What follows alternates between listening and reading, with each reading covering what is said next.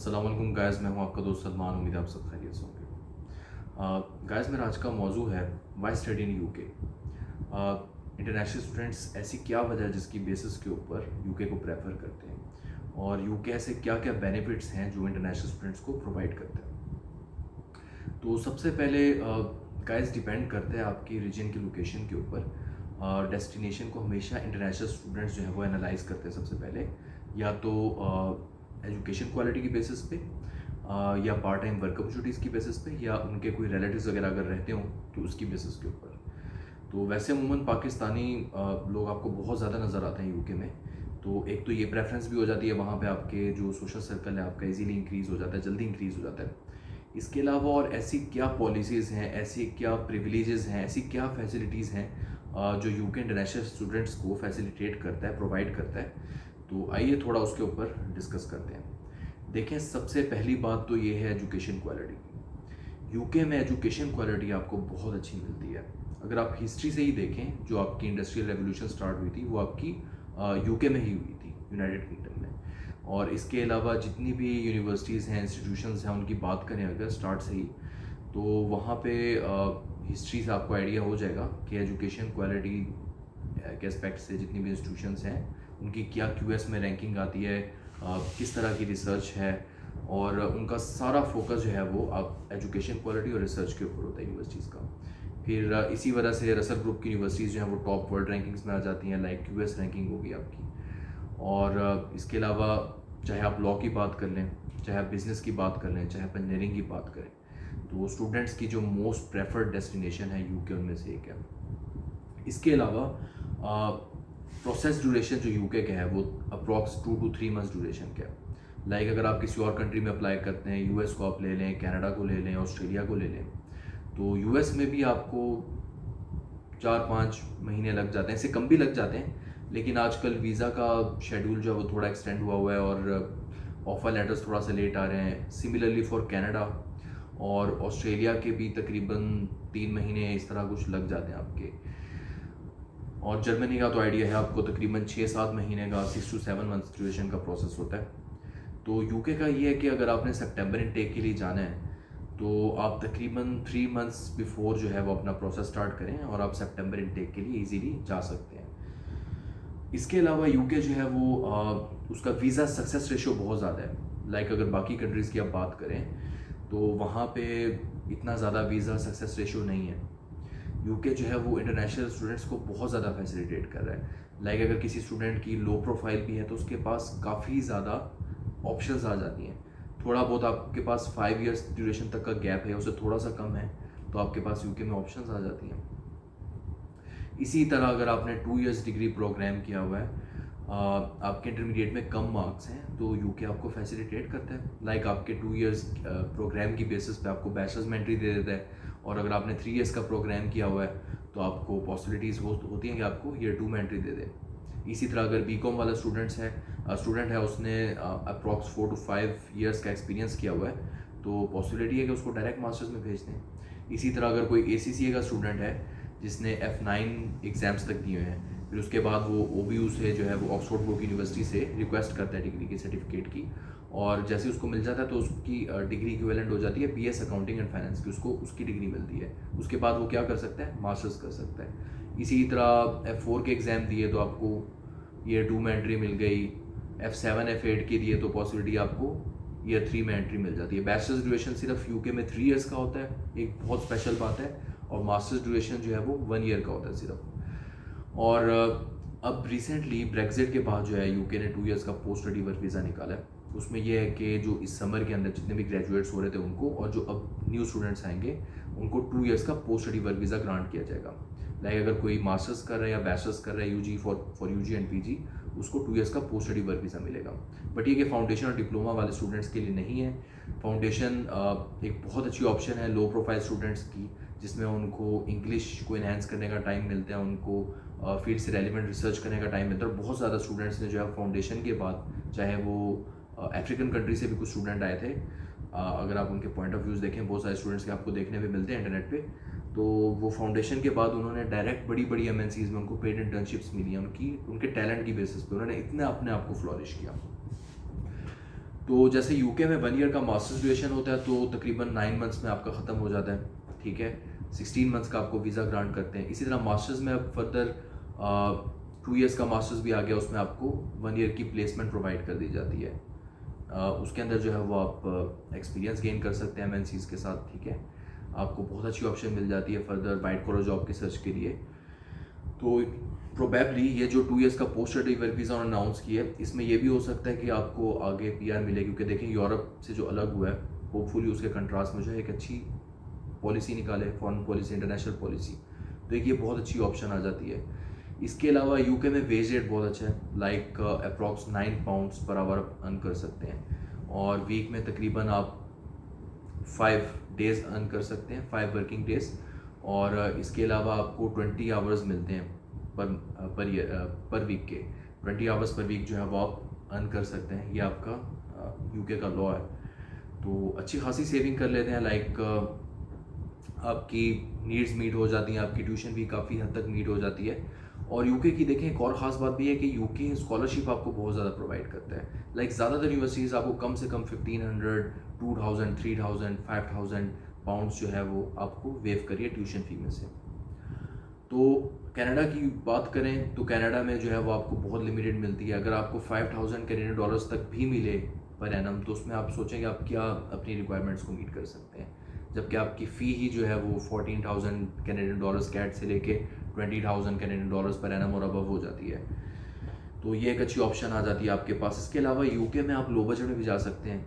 जैसे अगर आप पर एनम बजट की बात करें तो 20 to 25 लाख PKR तक का बजट बन जाता है। नॉर्मल यूनिवर्सिटी की बात कर रहा हूँ, रसल ग्रुप की यूनिवर्सिटी की बात नहीं कर रहा। अगर आप नॉर्मल इकोनॉमिकल यूनिवर्सिटी में स्टडी करते हैं तो आपका 10 से 12 लाख में हो जाता है, 13-14 लाख में हो जाता है, 15 लाख से कम में हो जाता है आपका इनिशियल डिपॉजिट या सेमेस्टर की फ़ी की बेसिस पे। क्योंकि देखें एनरोलमेंट से पहले आपको अपनी एक सेमेस्टर की फ़ी तो क्लियर करनी पड़ती है। उसके बाद बेशक आप जो है वो उनसे इंस्टॉलमेंट की भी रिक्वेस्ट कर सकते हैं कि देखिए हम डेवलपिंग स्टेट्स हैं, हम ऑब्वियसली एक अच्छी एम के साथ हैं, तो हम स्टडी के लिए हैं, आप हमें थोड़ा सा फैसिलिटेट करें। तो अपनी पॉलिसीज़ के अकॉर्डिंगली जितना हो सकता है आपको फैसिलिटेट करते हैं।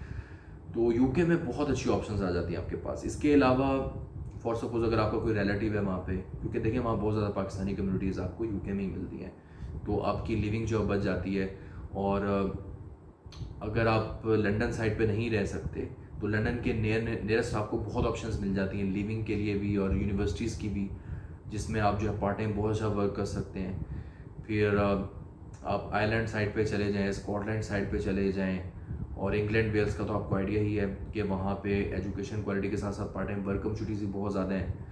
और स्टूडेंट्स ज़्यादातर यही प्रेफर करते हैं कि वो लंदन के करीब करीब जाएं, क्योंकि जितना वो लंदन के करीब होंगे उतना उनको वर्क अपॉर्चुनिटी मिलेगी। 9 अप्रैल ऑफ दिस ईयर 2021 में यूके ने पाकिस्तान को रेड लिस्ट ऑफ कंट्रीज़ में डाल दिया था, क्योंकि उस टाइम जो है वो वैक्सीनेशन सही से प्रोवाइड नहीं की जा रही थी, लोग हेल्थ सेफ्टी मेजर्स का ख्याल नहीं रख रहे थे, कोविड का रेट पाकिस्तान में बहुत ज़्यादा इंक्रीज़ हो गया था।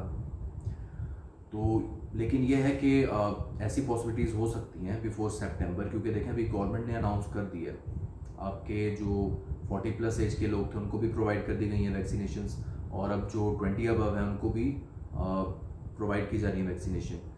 तो ये है कि अब प्रोबेबली चांसेस हो सकते हैं, बल्कि ज़्यादातर चांसेस यही हैं कि सितंबर से पहले ये जो यूके ने लॉ एप्लीकेबल किया था 1750 पाउंड्स का, जिसमें जो भी पाकिस्तानी स्टूडेंट जाएगा because of red list country, उसको 10 डेज़ का होटल क्वारंटीन लेना पड़ेगा, और उन 10 डेज़ ड्यूरेशन के अंदर उनको 2 डेज़ का टेस्ट भी देना होगा, कोविड का टेस्ट। और इसके साथ साथ जो ये कॉस्ट है इसमें उनकी एकोमोडेशन हो गई, उनकी वैक्सीनेशन हो गई, और उनकी फूड हो गई, सारी चीज़ें इंक्लूडेड है। इसके अलावा अगर वो स्पाउस के साथ जा रहे हैं तो उनको एक प्लस एज है कि उनकी लिविंग जो बच जाएगी। बेशक फूड और वैक्सीनेशन की कॉस्ट इंक्रीज़ होगी, लेकिन उनकी लिविंग जो बच जाएगी, क्योंकि एक रूम में तकरीबन 2 से 3 बंदे पर्सन इंडिविजुअल्स रह सकते हैं। तो देखें अगर ओवरऑल एनालिसिस किया जाए प्रोसेस ड्यूरेशन के एस्पेक्ट से, 2 to 3 मंथ्स ड्यूरेशन का प्रोसेस है यूके का। वीज़ा सक्सेस रेशियो के एस्पेक्ट से 97 to 99% चल रहा है। इसके अलावा एजुकेशन क्वालिटी के एस्पेक्ट से टॉप QS रैंक यूनिवर्सिटीज़ आपकी यूके की आती हैं उसमें, ठीक है। रसल ग्रुप की यूनिवर्सिटीज़ आ गई। रिसर्च की बेस पे देख लें, यूके हो गया। अगर आपने 2 इयर्स का प्रोग्राम किया हुआ है, ADP किया हुआ, आपने BCom किया हुआ है, तो उसमें यूके आपको फैसिलिटेट करता है। सिर्फ 3 इयर्स का बैचलर्स होता है, और अगर आपने इस तरह के प्रोग्राम्स किए हैं तो आपको डायरेक्ट बैचलर्स में एंट्री मिलती है। और बीकॉम के बाद अगर आपका अप्रॉक्स 4 to 5 ईयर्स का एक्सपीरियंस है तो प्रोबेबली चांसेस हो सकते हैं कि आपको लास्ट ईयर में या डायरेक्ट मास्टर्स में एंट्री मिल जाए। इसी तरह अगर आपने ACCA के 9 एग्जाम्स दिए हैं तो आप ऑक्सफोर्ड ब्रूक यूनिवर्सिटी में रिक्वेस्ट कर सकते हैं डिग्री सर्टिफिकेट की, और जैसे ही आपको सर्टिफिकेट मिल जाएगा उसके बाद जो है वो आपको BS अकाउंटिंग एंड फाइनेंस के इक्विवेलेंट होगा, आपको BS अकाउंटिंग एंड फाइनेंस की डिग्री मिलेगी, तो उसकी बेसिस के ऊपर आप मास्टर्स भी कर सकते हैं। इसी तरह आपने F4 किया हुआ है तो आपको सेकेंड ईयर में एंट्री मिल जाएगी। आपने F7 एग्जाम्स दिए हैं ACCA के तो आपको थर्ड ईयर में एंट्री मिल जाएगी BS अकाउंटिंग एंड फाइनेंस की। तो इतनी अच्छी ऑप्शंस आपको यूके में मिल जाती हैं। अगर आप नॉन लॉ के स्टूडेंट हैं तो भी आप लॉ कर सकते हैं। आप GDL का प्रोग्राम करेंगे, उसके बाद आपने जो भी करना है LLM आप वो कर सकते हैं। आपके पास ऑप्शन आ जाती है BPC की, बार प्रैक्टिस कोर्स की अगर आपने बार साइड पे जाना है, या आपको सॉलिसिटरी साइड की ऑप्शन आ जाती है अगर आपने LPC करेंगे आप लीगल प्रैक्टिस कोर्स। तो बहुत अच्छी ऑप्शंस आ जाती है। यूके इंटरनेशनल स्टूडेंट्स के लिए बहुत अच्छी डेस्टिनेशन है, बहुत ज़्यादा फैसिलिटेट करता है। लाइक इस कंडीशन में भी आप देख लें जिसमें ऑस्ट्रेलिया ने बॉर्डर्स क्लोज किए हुए हैं और बाकी कंट्रीज़ तो ऑब्वियसली अच्छी ऑप्शंस हैं, लेकिन उनका वीज़ा सक्सेस रेशो इसके बराबर नहीं है। कोविड की वजह से कुछ रिस्ट्रिक्शंस हैं और रिजेक्शंस काफ़ी ज़्यादा हो रही है इंटरनेशनल स्टूडेंट्स की, लेकिन यूके जो है वो एजुकेशन में इंटरनेशनल स्टूडेंट्स को फैसिलिटेट करने में कोई कॉम्प्रोमाइज़ नहीं करता। इसके अलावा एक और बात मैं आपके साथ कहना शेयर करना भूल गया था, जिस पे स्टूडेंट्स बहुत ज़्यादा कंफ्यूज होते हैं, इंग्लिश लैंग्वेज रिक्वायरमेंट की बात हो गई। अब देखें ज़्यादातर स्टूडेंट्स के माइंड में आता है मैंने बाहर स्टडी के लिए जाना है, मुझे आइल्स का टेस्ट देना पड़ेगा, लेकिन ऐसी कोई बात नहीं है। हर यूनिवर्सिटी की अपनी इंग्लिश लैंग्वेज रिक्वायरमेंट होती है। लाइक आपका रोलिंगो हो गया, PT का टेस्ट होगा, पियर्सन टेस्ट हो गया, ठीक है, ऑक्सफोर्ड टेस्ट हो गया। ज़्यादातर यूनिवर्सिटीज़ आजकल अपने प्लेसमेंट टेस्ट ले रही हैं और वो उनका कोई भी चार्ज नहीं होता, वो आपसे ऑनलाइन स्काइप के थ्रू लेती हैं। उसी में आपकी इंग्लिश की असेसमेंट होती है। आपको जो है वो UKVI आइल्स के इक्विवेलेंट स्कोर करना होता है। तो बहुत अच्छी ऑप्शन आ जाती है आपके पास। अगर आपकी लो प्रोफाइल है, ठीक है, अगर आपने मैट्रिक किया और 60% मार्क्स हैं तो भी आप बैचलर्स के लिए जा सकते हैं यूके में विया फाउंडेशन रूट। इसके अलावा अगर आपकी लो परसेंटेज है तो आपको फाउंडेशन ईयर लगेगा या डिप्लोमा ईयर लगेगा। फाउंडेशन ईयर लगेगा तो आप ईयर 1 से स्टार्ट करेंगे, डिप्लोमा लगेगा तो ईयर 2 में जाएंगे। बैचलर्स सिर्फ 3 ईयर्स ड्यूरेशन का होता है, मास्टर्स आपका सिर्फ 1 ईयर ड्यूरेशन का होता है। तो बहुत ज़्यादा फ्लेक्सिबिलिटीज़ आ जाती हैं। फिर जैसे मास्टर्स की बात करें, 1 ईयर का 9 मंथ्स में कंप्लीट हो जाता है, 16 मंथ्स का वीज़ा ग्रांट होता है, इजीली आप वर्क कर सकते हैं। फिर जैसे 3 मंथ्स का प्रोसेस है, आप 1 महीना पहले जा सकते हैं यूके में, उसमें आप वर्क कर सकते हैं। और इतनी ज़्यादा MNCs like LD, Amazon, BP, teach first, Barclays आपको बहुत ज़्यादा ऑनलाइन वर्क प्रोवाइड करेंगे। ज़्यादातर लोग जाते साथ इस तरह इनमें ऑनलाइन वर्क स्टार्ट करते हैं, या ऑन द थर्ड डे जो हमको नियरेस्ट अपने लोकेशन की जॉब मिल जाती है। तो बहुत अच्छी ऑप्शन है। लाइक आपको ड्यूरिंग योर डिग्री आपको ऐसे वर्क बेस्ड प्रोजेक्ट दिए जाते हैं, रिसर्च प्रोजेक्ट दिए जाती हैं, आपको पेड इंटर्नशिप्स की अपॉर्चुनिटीज़ मिलती हैं, ऑप्शंस मिलती हैं, जिसमें आप बड़ी बड़ी MNCs के साथ डायरेक्टली कनेक्टेड होते हैं। और इवन कि वो इतना ज़्यादा आपको कंसीडर करते हैं कि अगर आप टैलेंटेड हैं, आप एक अच्छी सजेशन दे रहे हैं, तो बाकायदा उसको इम्प्लीमेंट करेंगे, आपको कंसीडर करेंगे। और आपको ऐसे ऐसे सॉफ्टवेयर्स दिए जाते हैं जिसमें आप जो है ड्यूरिंग योर डिग्री ही एक बिजनेस इस्टेब्लिश करके चेक कर लेते हैं सॉफ्टवेयर्स के अंदर। चाहे बिजनेस हो, चाहे आपने कोई डिवाइस करनी हो, अगर आप इलेक्ट्रॉनिक के स्टूडेंट हैं, या आपने कोई भी वर्क करना हो साइंटिफिक, तो आपको बहुत अच्छी अच्छी ऑप्शंस और एक्सपोजर प्रोवाइड की जाती है। और बड़ी बड़ी MNCs वहाँ पे आपको देखने को मिलती हैं। चाहे आप रोल्स रॉयस की बात कर रहे हैं, रेंज रोवर की बात कर लें, मास्टर कार्ड की बात कर लें, हर तरह की फर्म और इंडस्ट्री वहाँ पे अवेलेबल है। स्पेशली लंदन के अंदर बहुत ज़्यादा आपको मिलती है। तो यूके अगर देखा जाए ना, एनालिसिस किया जाए, हर एस्पेक्ट से बहुत ही बेस्ट डेस्टिनेशन है। तो अगर आप स्टडी अब्रॉड के लिए जाना चाहते हैं तो आई डोंट थिंक सो कि आपको यूके को साइड पे रखना चाहिए। हमेशा आप यूके को एक ऑप्शन में लाजमी रखें। यूके जो है बहुत बेस्ट ऑप्शन है स्टडी एस्पेक्ट से।